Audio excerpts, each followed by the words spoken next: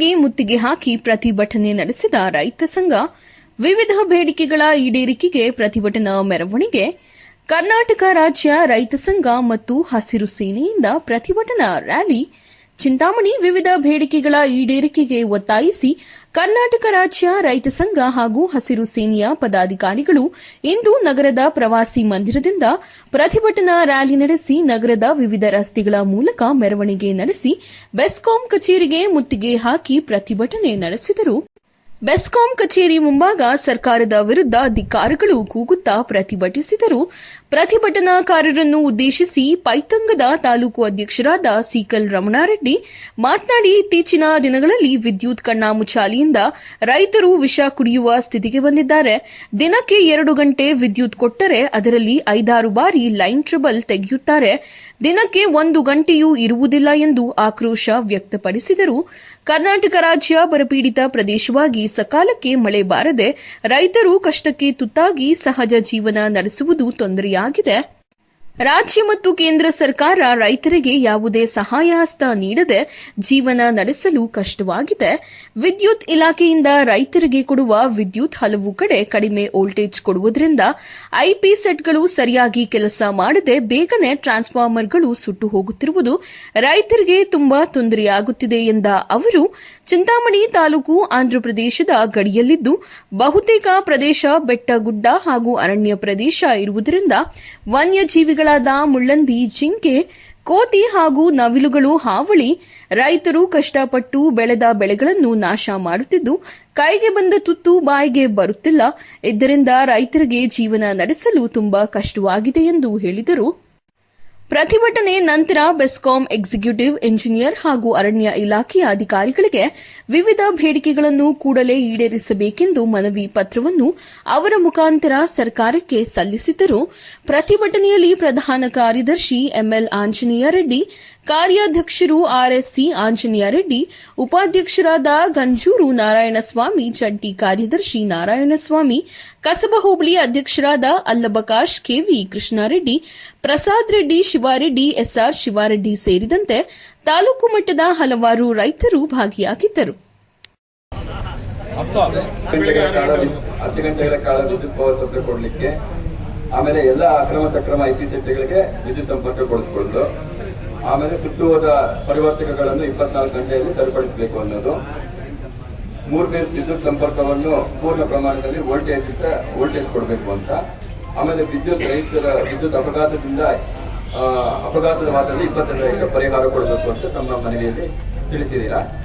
ಈಗ ಯಾವುದಾದ್ರು ನಮ್ಮ ಮಟ್ಟದಲ್ಲಿ ಆಗತ್ತೆ ಅದನ್ನ ಖಂಡಿತ ಆಗಲೇ ತಿಳಿಸಿದಂಗೆ ಸರಿಪಡಿಸೋಕೆ ಕ್ರಮ ಕೈಗೊಳ್ತೇವೆ.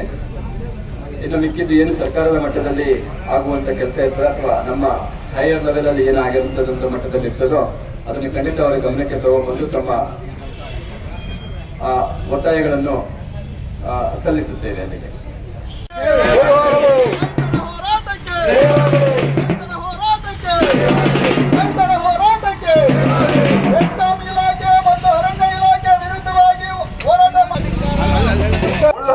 ಹಂದಿಗಳು ನಮ್ಮ ಬೆಳೆಗಳನ್ನ ಪೂರ್ತಿ ಹಾಳು ಮಾಡ್ತಾ ಇದೆ. ಯಾಕೆಂದ್ರೆ ಉದಾಹರಣೆಗೆ ನಾವು ಜೋಳ ಬೆಳಿತೀವಿ, ಜೋಳ ಹಾಕಿದಂತ ಎಲ್ಲ ರೈತರಿಗೂ ಅನುಭವ ಇರ್ತದೆ. ಜೋಳನ ಫಸಲಕ್ಕೆ ಬಂದಿರ್ತದೆ, ತೆನೆ ಎಲ್ಲ ಬಂದು ಒಂದೇ ರಾತ್ರಿಗೆ ಕೆಳಗಡೆ ಇರ್ತದೆ. ಒಂದು ಹಂದಿ ಬಂದ್ರೆ 10 ಗುಂಟೆ ಜಮೀನನ್ನ ಒಂದು ರಾತ್ರಿಗೆ ಹಾಳು ಮಾಡ್ತದೆ. ನಮಗೆ ಒಂದು ರಾತ್ರಿಗೆ ಒಂದು ಹಂದಿ ಕಡಿಮೆ ಅಂದ್ರೂ ಕೂಡ 20-25 ಸಾವಿರ ರೂಪಾಯಿ ನಷ್ಟ ಮಾಡ್ತದೆ. ಇದು ಮೊದಲನೇದು. ಮತ್ತೆ ಜಿಂಕೆಗಳು ನಾವು ಅವರೇಕಾಯಿ ಆಗಲಿ, ಕ್ಯಾರೆಟ್ ಆಗಲಿ, ಯಾವುದೇ ಸೊಪ್ಪು ಅದು ಮೃದುವಾಗಿದ್ರೆ ಮತ್ತೆ ತಿಂತಕ್ಕಂಥ ಸೊಪ್ಪು, ನಾವು ಊಟದ ಸೊಪ್ಪು, ರೇಷ್ಮೆ ಸೊಪ್ಪು ಎಲ್ಲವನ್ನೂ ಕೂಡ ಜಿಂಕೆಗಳು ಹಾಳು ಮಾಡ್ತದೆ. ಈಗ ಅರಣ್ಯ ಇಲಾಖೆ ಇದ್ರ ಬಗ್ಗೆ ಏನು ಕ್ರಮ ತಗೋತೀರಿ? ಮತ್ತೆ ಕೋತಿಗಳಿಂದ ಕೂಡ ಪ್ರತಿ ಈ ಹಳ್ಳಿಯಿಂದ ತಗೊಂಬಂದು ಇನ್ನೊಂದು ಹಳ್ಳಿಗೆ ಬಿಡ್ತಾರೆ. ಎಲ್ಲ ನೀವು ಪಾಲಿಸ್ ಜವಾಬ್ದಾರಿ ತಗೊಳ್ಳಿ. ಯಾವ ಹಳ್ಳಿಗೆ ಕೋತಿ ಬಂದ್ರೆ ಅದನ್ನ ತಗೊಂಡೋಗಿ ಪಾಲಿಸಲ್ಲಿ ಇಡಿ, ಅದನ್ನ ಸಾಕ್ತಳಿ. ಯಾಕೆಂದ್ರೆ ಲಕ್ಷಗಳು ಕೋಟಿಗಳು ಬಿಡುಗಡೆ ಮಾಡ್ತಾರೆ. ಅದಕ್ಕೆ ಊಟ ಹಾಕಿ ಅರಣ್ಯ ಇಲಾಖೆಯವರು ವ್ಯವಸ್ಥೆ ಮಾಡಿ ಅದಕ್ಕೆಲ್ಲ. ಅದೊಂದು ಪ್ರಾಣನೇ ಅಲ್ವಾ? ಅದು ಭೂಮಿ ಮೇಲೆ ಸ್ವತಂತ್ರ ಜೀವಿನೇ. ಅದು ಎಲ್ಲಿರ್ಬೇಕು? ನಾನು ನಮ್ಮ ಮನೆಯಲ್ಲಿ ಇರಬೇಕು. ಅದು ಕೂಡ ಅದು ಅರಣ್ಯ ಪ್ರದೇಶ ಅಂದ್ರೆ ಅದು ಅರಣ್ಯ ಪ್ರದೇಶದಲ್ಲಿ ಇರಬೇಕು. ಮತ್ತೆ ವನ್ಯಜೀವಿಗಳಿಂದ ರೈತರ ಬೆಳೆಗಳನ್ನು ರಕ್ಷಿಸಲು ಅವಶ್ಯಕ ವಿಶೇಷ ಪ್ಯಾಕೇಜ್ ಅನ್ನು ಘೋಷಿಸುವುದು. ಸರ್ಕಾರದಿಂದ ಈ ಎಲ್ಲಾ ಬೆಳೆ ನಷ್ಟಗಳು ನಮ್ಗೇನಾದ್ರೂ ಆದಂತ ಸಂದರ್ಭದಲ್ಲಿ ಪ್ಯಾಕೇಜ್ ಅನ್ನ ಸರ್ಕಾರದಿಂದ ಘೋಷಿಸಿ, ನಮ್ಮ ಬೆಳೆ 1 ಎಕರೆ ನಷ್ಟ ಆಯ್ತು ಅಂದ್ರೆ ಯಾವ ಬೆಳೆ ನಷ್ಟ ಆಗಿದೆ ಆ ಬೆಳೆ ನಿಮ್ಮ ಸರ್ಕಾರದ ಲೆಕ್ಕದಲ್ಲಿ ಎಷ್ಟಿರ್ತದೆ, ಈಗ ನಾವು ರೈತರು ಎಷ್ಟು ಬಂಡವಾಳ ಹಾಕಿರ್ತೀವಿ ಅದನ್ನೆಲ್ಲ ಕೂಡ ಅರಣ್ಯ ಇಲಾಖೆ ಭರಿಸಬೇಕು ಅನ್ನೋದು ನಮ್ಮ ಒತ್ತಾಯ.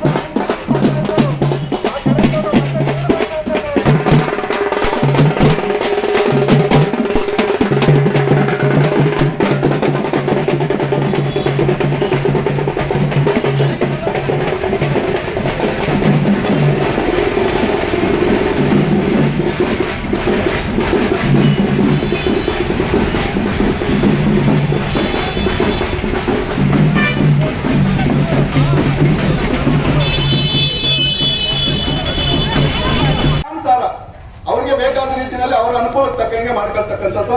ಕೂಡಲೇ 7 ಗಂಟೆ ವಿದ್ಯುತ್ತನ್ನ ನಮ್ಗೆ ಅದು ಮಧ್ಯದಲ್ಲಿ ತೆಗಿತಾರೆ. ಒಂದಷ್ಟು ಅರ್ಧ ಗಂಟೆ ಯಾರೋ ಒಬ್ರು ಎಲ್ಸಿ ತಗೋಬೇಕು ನಾನು ಅಂತಾರೆ, ಎಲ್ಲ ಒಂದು ರಿಪೇರಿ ಇರ್ತದೆ.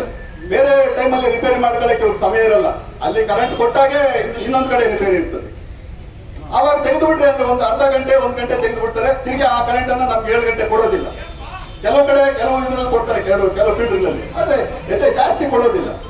ಅದಕ್ಕೆ 7 ಗಂಟೆ ಪೂರ್ತಿ ನಮ್ಗೆ ವಿದ್ಯುತ್ ಕೊಡಬೇಕು. ನಮ್ಮ ಒತ್ತಾಯ 10 ಗಂಟೆ ಕೊಡಬೇಕು ಅಂತ. ಹಗಲ 5 ಗಂಟೆ, ರಾತ್ರಿ 5 ಗಂಟೆ ವಿದ್ಯುತ್ ಅನ್ನ ಕೊಡಬೇಕು.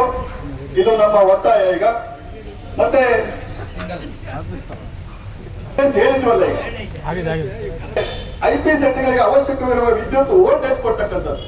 ಈಗ ಸಾಮಾನ್ಯವಾಗಿ ಎಲ್ರಿಗೂ ಗೊತ್ತಿರ್ತದೆ, ವೋಲ್ಟೇಜ್ ಇಲ್ಲ ಅಂದ್ರೆ ಅದು ಮೋಟರ್ ಕದಲದೇ ಇಲ್ಲ. ಒಂದು ಕಡೆ 150, 200 ಇರ್ತದೆ. 150, 200 ಇದ್ರೆ ಅದು ಕರೆಂಟ್ ಕೊಟ್ಟರು ವೇಸ್ಟೇ. ಅದಕ್ಕೆ ಯಥೇಚ್ಛವಾಗಿ ಮೋಟರ್ಗಳು ಸುಡ್ತದೆ, ನಿಮ್ಮ ಟ್ರಾನ್ಸ್ಫಾರ್ಮರ್ಗಳು ಸುಡ್ತದೆ. ಈಗ ಹೆಚ್ಚಾಗಿ ಬೋರ್ವೆಲ್ಗಳಿದ್ದು ಅಲ್ಲಿ ವೋಲ್ಟೇಜ್ ಇಲ್ಲ ಅಂದ್ರೆ ಟ್ರಾನ್ಸ್ಫಾರ್ಮರ್ ಠಮರ್ ಆಗ್ತದೆ. ಅದು ರೈತ ಮತ್ತೆ ಆ ಟ್ರಾನ್ಸ್ಫರ್ ಅನ್ನು ಒತ್ಕೊಂಡ್ಬರ್ಬೇಕು. ಇಲ್ಲಿ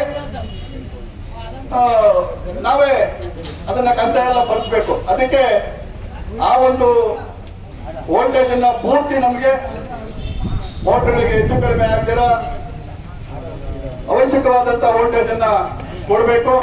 ಮತ್ತೆ ಟ್ರಾನ್ಸ್ಫಾರ್ಮರ್ಗಳು ಸುಟ್ಟೋಗ್ತದೆ. ಸುಟ್ಟೋದಂತ ಸಂದರ್ಭದಲ್ಲಿ ತಾವು ರೈತರಿಗೆ ಬಹಳ ಒಂದು ಇಕ್ಕಟ್ಟಲ್ಲಿ ಸಿಕ್ಕಿಸ್ತೀರಿ. ಮೊದಲಿಗೆ ಒಂದು ಲಾರಿ ಇರ್ತಾ ಇತ್ತು. ಆ ಲಾರಿನಲ್ಲಿ ಸಾಗಾಣಿಕೆ ಏನೋ ಒಂದು ಆ ಡ್ರೈವರ್ಗೋ ಇಲ್ಲ ಡೀಸೆಲ್ಗೋ ಏನಾದ್ರು ಕೊಟ್ರೆ ಅದನ್ನ ತಗೊಂಬಂದು ಫಿಟ್ ಮಾಡಿ ಕೊಡ್ತಾ ಇದ್ರು.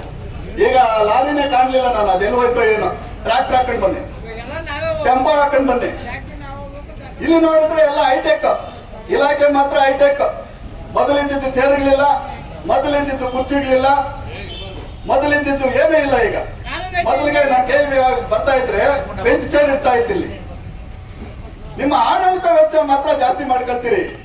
ಪ್ರತಿಯೊಂದು ಇಲಾಖೆ ಕೂಡ, ಇದೊಂದು ಇಲಾಖೆ ಅಲ್ಲ, ಎಲ್ಲ ಐಪೈ. ಆದ್ರೆ ರೈತರಿಗೆ ಐಪೈ ಕೊಡ್ಬೇಕಲ್ಲ. ನಾವು ಮೋಟ್ರು ಟ್ರಾನ್ಸ್ಫಾರ್ಮರ್ ಸುಟ್ಟೋದ ತಕ್ಷಣ ತಾವಲ್ಲಿ AC ಸೀಟಲ್ಲಿ ಕೂತಿರ್ತೀರಿ. ಕೂತು ನಿಮಗೆ ಫೋನ್ ಬಂದ ತಕ್ಷಣ ನಮ್ಗೆ 1 ದಿವಸನೋ ಅರ್ಧ ದಿವಸನೋ ಹೆಚ್ಚು ಕಡಿಮೆ ಆಗಿ ಅದು ಪೇಪರ್ ಅಲ್ಲಿ ಮಾಡ್ತಾ ಇರ್ತದೆ. ಏನು ಟ್ರಾನ್ಸ್ಫಾರ್ಮರ್ ಸುಟ್ಟೋದ್ರೆ 24 ಗಂಟೆನಲ್ಲಿ ಟ್ರಾನ್ಸ್ಫಾರ್ಮರ್ ರೈತರಿಗೆ ಅಳವಡಿಸಿಕೊಡ್ಬೇಕು. ಅದು ರಾಜ್ಯ ಸರ್ಕಾರ ಹೊರಡಿಸಿರ್ತಕ್ಕಂಥ ಆದೇಶ.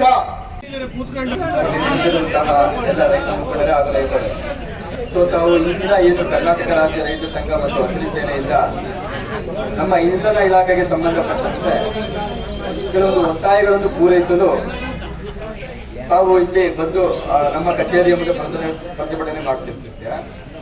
ಅದರಲ್ಲಿ ಮೊದಲಾಗಿ ರೈತರ IP ಸೆಟ್ಗಳಿಗೆ ಸಂಪರ್ಕ ಒದಗಿಸಲು ತೆಗೆದುಕೊಂಡಿರುವ ಹೊಸ ನಿಯಮವನ್ನು ಕೂಡಲೇ ವಾಪಸ್ ತೆಗೆದುಕೊಂಡು ಹಳೆ ಪದ್ಧತಿಯಂತೆ ನಾವು ಸರ್ವಿಸ್ ಕೊಡಬೇಕು ಅಂತ ತಾವು ಕೇಳ್ಕೊಂತಿದ್ದೀರಾ. ಹಾಗೂ ಈಗಾಗಲೇ ಇರುವಂತಹ UNAP IP ಸೆಟ್ಗೆ ಏನು ಅಕ್ರಮ ಸಕ್ರಮ ಅಡಿ IP ಸೆಟ್ಗಳಿದೆ ಅವುಗಳಿಗೆ ಸರ್ವಿಸ್ ಕೊಡಲು ತಮ್ಮ ಒತ್ತಾಯವನ್ನು ಮಂಡಿಸುತ್ತಿರ್ತೀರ. ಸೊ ಇದ್ರ ಸಲುವಾಗಿ ಈಗಾಗಲೇ ಏನ 22/9/2023 ಒಂದು ಆದೇಶ ಬಂದಿದೆ. ಅದರಂತೆ ಆ ದಿನದ ಮಟ್ಟಿಗೆ ಏನು ನಮ್ಮ ವಿಭಾಗದಲ್ಲಿ ಅಕ್ರಮ ಸಕ್ರಮದಲ್ಲಿ ನೋಂದಾವಣೆಗೊಂಡು IP ಸೆಟ್ಗಳಿಗೆ ನಾವು ಸರ್ವಿಸ್ ಏನ್ ಕೊಡಬೇಕು ಅಂತ ಇತ್ತು, ಅಂದ್ರೆ TC ವೈರು ಕಂಬ ಏನ್ ಹಾಕ್ಬೇಕು ಅಂತ ಇತ್ತು, ಅದಕ್ಕೆ ಈಗಾಗಲೇ ಸರ್ಕಾರದ ಮಟ್ಟದಲ್ಲಿ ಅನುದಾನವನ್ನು ಬಿಡುಗಡೆ ಮಾಡಲು ಹಾಗೂ ನಮ್ಮಲ್ಲಿ 611 ಪೆಂಡಿಂಗ್ ಇದ್ದು, ಅಂದ್ರೆ 22/9/2023 611 ಪೆಂಡಿಂಗ್ ಇದ್ದು, ಅದರಲ್ಲಿ ಈಗಾಗಲೇ 180 IP ಸೈಟ್ಗಳಿಗೆ ಸೀನಿಯಾರಿಟಿ ಇದೆ, ಆ ಜ್ಯೇಷ್ಠತೆ ಏನಿದೆ ಆ ಜ್ಯೇಷ್ಠತೆ ಆಧಾರದಲ್ಲಿ ಕಡ್ಡಾಯವಾಗಿ ನಾವು ಅದನ್ನು ಪಾಲಿಸಿ ಸರ್ವಿಸ್ ಕೊಡಬೇಕು ಅಂತ ಹೇಳಿ ಈ ಮಾರ್ಚ್ವರೆಗೂ ಕೊಟ್ಟಿದ್ದಾರೆ.